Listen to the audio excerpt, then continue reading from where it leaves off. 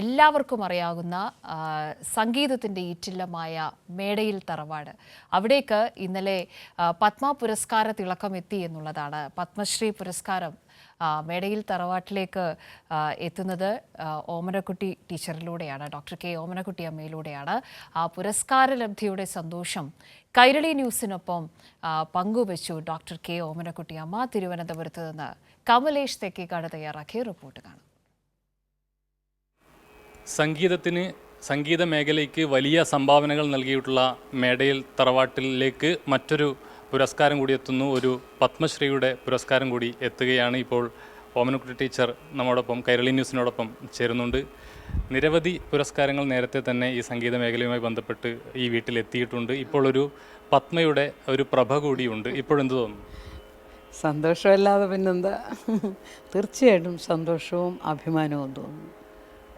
ഇതിൽ ഏതെങ്കിലും തരത്തിൽ ഒരു പ്രതീക്ഷ ഉണ്ടായിരുന്നോ? ഒട്ടും പ്രതീക്ഷയില്ലായിരുന്നു. കാരണം പ്രതീക്ഷിച്ചിരുന്നു, ഒരു 10 വർഷത്തിന് മുമ്പൊക്കെ ഇങ്ങനെ പലരും നോമിനേറ്റ് ചെയ്തിരുന്നു.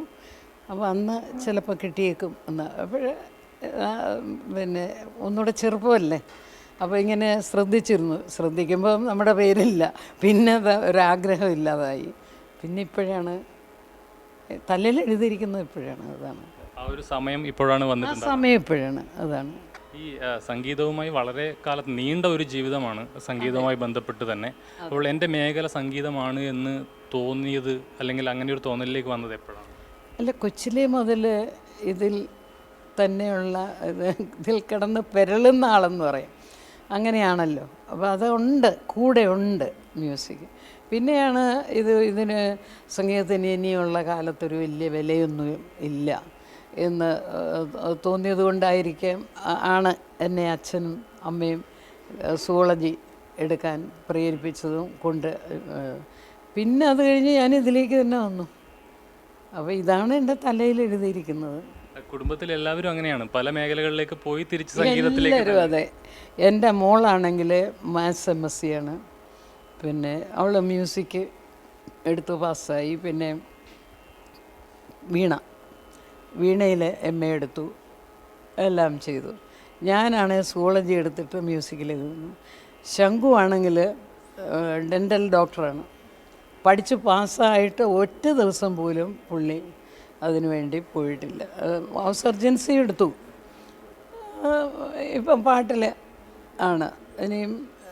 ഇനി എപ്പോഴാണോ അങ്ങോട്ട് തിരിച്ചു പോകുന്നത് എനിക്ക് അറിഞ്ഞുകൂടാ. ഈ ഒരു നീണ്ട സംഗീതത്തോടൊപ്പമുള്ള ഒരു നീണ്ട യാത്രയ്ക്കൊടുവിൽ ഒരു പത്മശ്രീ പുരസ്കാരം എത്തുമ്പോൾ ആരെയാണ് ഓർക്കുന്നത്, അല്ലെങ്കിൽ ആരെയാണ് മിസ് ചെയ്യുന്നത്? ഒന്നാമതായിട്ട് മിസ് ചെയ്യുന്ന എൻ്റെ ഭർത്താവിനെയാണ്.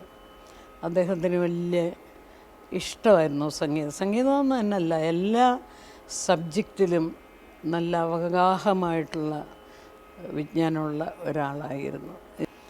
അതുപോലെ തന്നെ ചിലപ്പം ഈ മ്യൂസിക്കിൽ ഉള്ള വ്യക്തിയായതുകൊണ്ട് എന്നെ ഒരുപാട് പേര് വിളിക്കുമായിരിക്കും, അഭിനന്ദിക്കുമായിരിക്കും.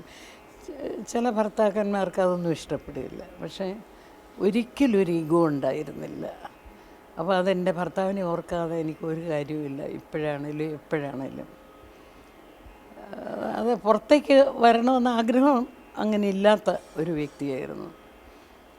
പിന്നെ എൻ്റെ അച്ഛനും അമ്മയും അവർ എല്ലാം ഉപേക്ഷിച്ച് തിരുവനന്തപുരത്തേക്ക് വന്നില്ലെങ്കിൽ തീർച്ചയായിട്ടും ഞങ്ങൾ ഈ നിലയിലാകുകയായിരുന്നില്ല. തീർച്ചയായിട്ടും ആകത്തില്ല. പിന്നെ എൻ്റെ ഗുരുനാഥന്മാർ അത്ര ഉള്ള പഠന രീതിയൊന്നും അല്ലായിരുന്നു. ചെമ്മൻകുടി സാറിൻ്റെ GNB സാറിൻ്റെയൊക്കെ ഒരു ഗുരുകുല സമ്പ്രദായത്തോടടുത്ത ഒരു പഠന രീതിയായിരുന്നു. അവർ ഒരു വരി തന്നെ ഒരു 100 പ്രാവശ്യമൊക്കെയാണ് പഠിക്കുന്നത്. ബുക്ക് നോക്കാൻ പാടില്ല, കഠിനമായ ശിക്ഷയും തരും. ബുക്ക് നോക്കാൻ പാടില്ല, വാച്ച് നോക്കാൻ പാടില്ല. അപ്പോൾ അതൊക്കെ ഒരു പാഠങ്ങളാണ്. അതിൻ്റെയൊക്കെ ഒരു ബലമായിരിക്കും ഇപ്പോൾ പത്മശ്രീയുടെ. തീർച്ചയായിട്ടും അവരെല്ലാം സന്തോഷിക്കുന്നുണ്ടാകും. ഏതായാലും എല്ലാവിധ അഭിനന്ദനങ്ങളും നേരുന്നു. ക്യാമറമാൻ ജയപ്രകാശിനൊപ്പം കമലേഷ് തെക്കേക്കാട്, കൈരളി ന്യൂസ്.